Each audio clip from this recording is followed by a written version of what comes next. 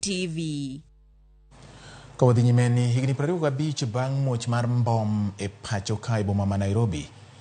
Jogo manowito ngimagi kata manoyudo owito anyuolagi kaachiel kod manoyudo hinyruok pod bandho chudo kowuok kuom sirkal mar piny Amerika. Nyasi manokelo kanyakla ji manoyudo hinyruok kod anyuola mag ji mano owito ngimagi. Ywak ni nyaka ne masirano timre onge ng'at mosedewo anyuola mag ji mane otho kod mane oyudo hinyruok.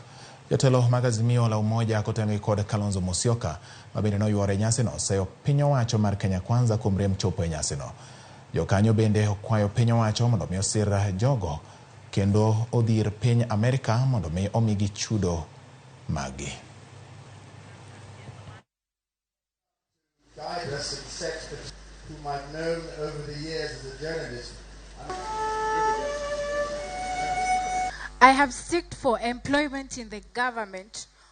No one has considered me, and yet my mother got injured and lost her sight working for the government. Justice anywhere is injustice everywhere.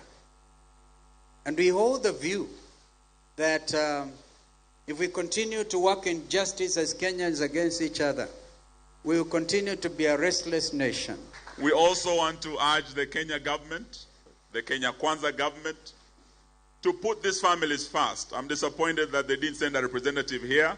Wa Kenya pia mungewaweka kama wana Kenya Kwanza, to stand with them, to keep working with the American government to ensure that justice is done and compensation is received.